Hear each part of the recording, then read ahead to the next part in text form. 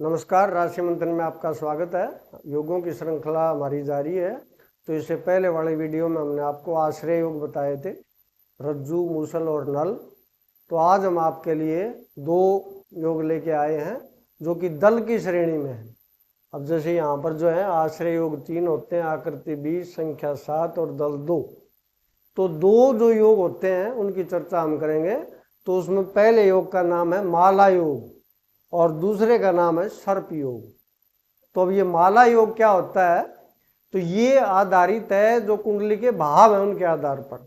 हमने जो आश्रय योग किए थे वो राशि के ऊपर आधारित थे और ये भाव के ऊपर आधारित है कि यदि लगन में कोई ग्रह न हो और सारे के सारे शुभ ग्रह का यहाँ पर मतलब है गुरु, शुक्र, बुध और चंद्रमा, मैंने स्टार लगा रखा है, यानी चंद्रमा जो है वो शुक्ल पक्ष का हो, जो है अमावस्या के आसपास का चंद्रमा नहीं हो तो ही वो शुभ होता है।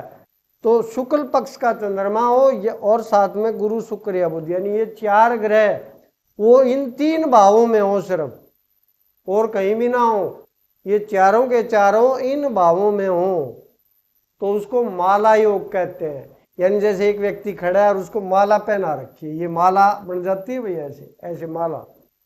तो इसीलिए इसका नाम माला योग रखा गया है कि सारे शुभ से एक प्रकार से फूलों का हार पहना दिया भाई।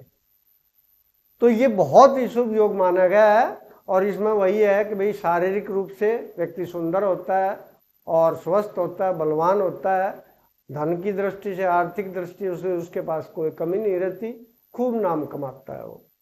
अब इससे बिल्कुल विपरीत एक योग है जो इन्हीं भावों से बनेगा, जो केंद्र में हमारा लगन के अतिरिक्त जो 3 अशुभ ग्रह है, 3 अशुभ ग्रह में हमारे इन 7 में से राहु केतु का यहाँ कोई जिक्र नहीं है, शनि, मंगल और सूर्य।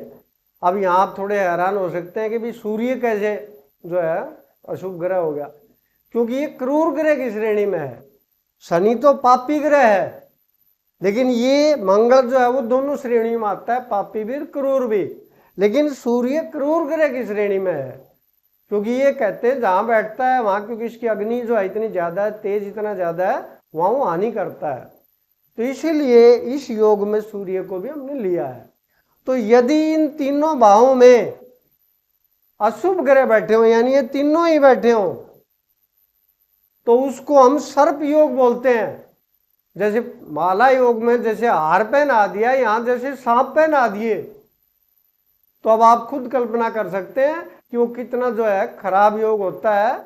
और ऐसे व्यक्ति को जीवन भर संघर्ष करना पड़ता है, समस्याएं आती रहती हैं, अचानक पता नहीं क्या क्या घटनाएं जो है उनके जीवन में घट जाती हैं, तो सारी उम्र इनको एक प्रकार से परेशान रहना पड़ता है।